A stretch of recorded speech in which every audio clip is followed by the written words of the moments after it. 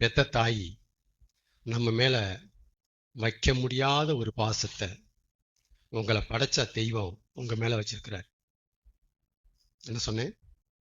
உங்களை பெத்த தாய், உங்களை பெத்த தாய், உங்களை பெத்த தகப்பன் உங்க மேல வச்சிடாத, வைக்கவும் முடியாத, முயற்சி பண்ணாலும் வராத ஒரு பாசத்தை, ஒரு நேசத்தை, ஒரு அன்பை உங்களை தாயின் கருவில் பார்த்த தெய்வம் வச்சிருக்கிறார். இதான் தாயிலும் மேலான அன்புன்னு சொல்லுவாங்க.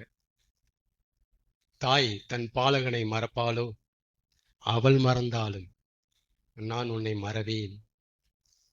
ஏன்னா ஒரு தாய் தன் பிள்ளை மேல வச்ச அக்கறைய அவர் வைக்கலையாம், அதுக்கும் மேல வச்சிருக்கிறாராம்.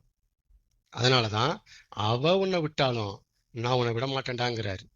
ஆமீன் சொல்லலாமா? நம்ம தாய் நம்ம மேல வச்சிருக்கிற அன்புக்கே இப்படி உருகுறோமா? எங்க அம்மா மாதிரி வருமா, எங்க அப்பா மாதிரி வருமா அப்படின்னு சொல்றோமே. எங்க அம்மா அப்பா என் மேல வைக்க முடியாத ஒரு பாசத்தை என்னைய படைத்த தெய்வம், அழைத்த தெய்வம், ரட்சித்த தெய்வம், ஜீவன் கொடுத்த தெய்வம் என் மேல வச்சிருக்கிறாருன்னா நாம அவரை எப்படி கொண்டாடணும்? கொஞ்சம் யோசிச்சு பாருங்க. எப்படி நம்ம அவரை கொண்டாடணும்? தலையில தூக்கி வச்சுட்டு ஆடணும். அநேகர் அம்மாவை ஆடுறாங்க தலையில தூக்கி வச்சுக்கிட்டு. எங்க அப்பா மாதிரி வருமான்ட்டு அப்பாவை பெருமையா சொல்றாங்க. இவங்க ரெண்டு பேரை விட இவங்க ரெண்டு பேரும் வைக்காத ஒரு பாசத்தை கடவுள், தெய்வம், கர்த்தன் மேல வச்சிருக்கிறாரு. அப்ப எந்த அளவுக்கு இந்த ஓசிப்ல அவரை கொண்டாடணும்? ஆமே, கொண்டாடலாமா? கர்த்தர் நல்லவர். ஆண்டவர் நம்ம மேல எவ்வளவு பாசம் வச்சிருக்கிறாரு. தாய், தகப்பன் அவங்களோட விடுங்க. உங்க மேல நீங்க வச்சிருக்கிறாத பாசத்தை தேவன் உங்க மேல வச்சிருக்கிறாரு. இதை முதல்ல புரிஞ்சுக்குங்க. தாய் தகப்பனோட விட்டுருங்க. உங்களுக்கு புரியுது புரியல, நான் சொல்றது உங்களுக்கு புரிஞ்சாகணும். உங்க மேல நீங்க வச்சிருக்கிற ஒரு லவ், ஒரு பாசம், ஒரு நேசம், ஒரு அக்கறையை விட உங்களை படைச்ச தெய்வம் உங்க மேல வச்சிருக்கிறார். இதையாவது நம்புங்க. எப்படிங்க நம்ப சொல்றீங்க? எதை வச்சுங்க நம்புறது? மைக்க பிடிச்சல இருந்து ஒரே கப்சாவா விடுறீங்களே, கதையா விடுறீங்களே, அடிச்சு விடுறீங்களே. நான் நிரூபிக்கலாமா? என் மேல நான் வச்சிருக்கிறாத பாசத்தை விட, அக்கறையை விட என் மேல தெய்வம் வச்சிருக்கிறாருங்கிறதுக்கு சிலுவையில் அவர் உங்களுக்கு செத்ததுதான் சாட்சி. வேற ஆதாரம் தேவையில்லை உங்களுக்கு. உங்களை கேட்காம ஏங்க நீ நரகத்துக்கு போனா அவருக்கு என்னங்க? நீங்க நரகத்துல போய் எரிஞ்சா அவருக்கு என்ன வந்துச்சு நான் கேட்கிறேன். என்ன வந்துச்சு? எரிஞ்சிட்டு போக வேண்டியதானே நீங்க? அவரே தையத்தக்கன்னு குதிச்சாரு. சரி, யாராவது நான் நரகத்துக்கு போறேனே, நான் நரகத்திலிருந்து, நரக ஆக்கினிலிருந்து என்னை விடுவிக்க யாராவது இருக்கீங்களான்ட்டு எத்தனை பேர் ஜெபிச்சீங்க? யாராவது ஜெபிச்சோமா? நாம ஜெபிக்கவும் செய்யல, நாம போறது அவருக்கு பிடிக்கவும் செய்யல நரகத்துக்கு. இப்ப சொல்லுங்க, உங்க மேல உங்களோட அவருக்கு அக்கறை இருக்கா இல்லையா? எங்க உங்களுக்கே அக்கறை இல்லாம நீங்க வாட்டுக்கு வாழ்ந்துட்டு நரகத்துக்கு போக பாத்தீங்க? உங்களுக்கே அக்கறை இல்லாம, உங்க மேல அக்கறை இல்லாம நீங்க வாட்டுக்கு கண்ணா பின்னான்னு வாழ்ந்துட்டு நரகத்துல போய் விழ பாத்தீங்க. ஆனா உங்க மேல அவருக்கு அக்கறை இருந்ததுனால, உன் மேல உனக்கு அக்கறை இல்லாட்டெல்லாம் போதுடாடி, உன் மேல எனக்கு அக்கறை இருக்கடா, அதுக்கப்புறம் அவனை விடுவாண்டா நரகத்துல விட முடியாடா, வந்தாரா இல்லையா? நம்பலாமா?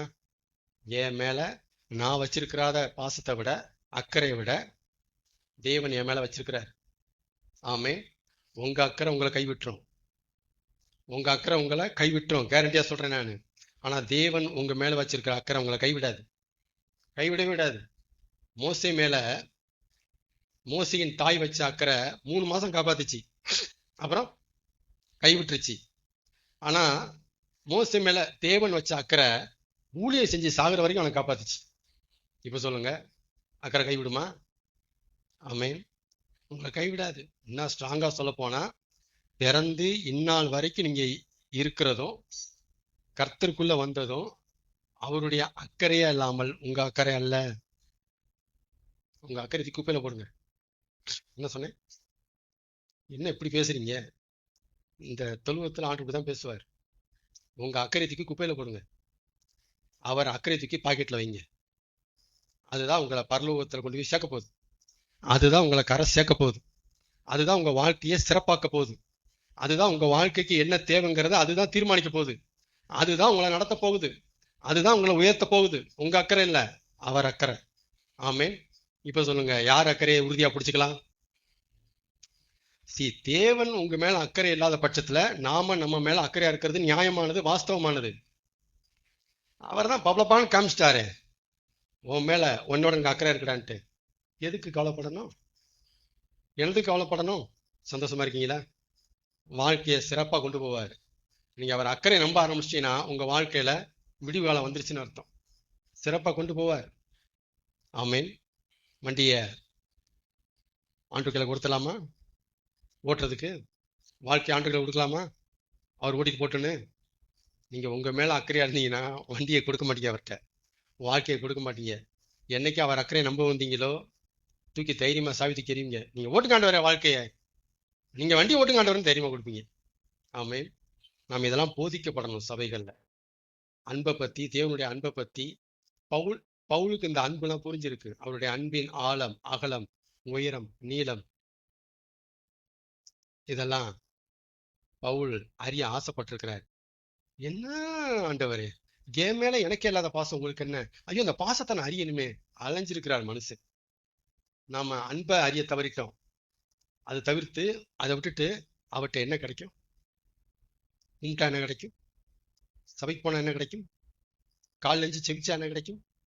பைபிளை வாசிச்சுட்டு வேலை தொடங்கினா என்ன கிடைக்கும்? என்ன சொன்னேன்? நம்ம புத்தி எப்படி இருக்குன்னு பாருங்க. நம்ம என்ன கிடைக்கும்? அவர் கையில இருந்து நமக்கு என்ன கிடைக்கும்? அதுதான் பார்க்கிறோம். பிளஸ்ஸிங், ஆசீர்வாதம், செழிப்பு, செழுமை. இதை பார்க்கிறோமே தவிர நம்ம மேல அவர் வச்சிருக்கிற அன்பை அறிய ஆசைப்பட்டோமா? எவ்வளவு பெரிய வஞ்சகம் நம்ம உள்ள உட்கார்ந்துருக்கிறோம். வஞ்சகத்துல மாட்டிட்டு இருக்கிறோம். ஆமீன் சொல்லுங்க. தேவன் இவ்வளவு பெரிதான அன்பை காமிச்சிருக்க, நாம அந்த அன்பை பத்தியே கண்டுக்காம அவர் கையில இருந்து என்ன கிடைக்கும் இதையே பார்க்கிறோம். தவறு தானே?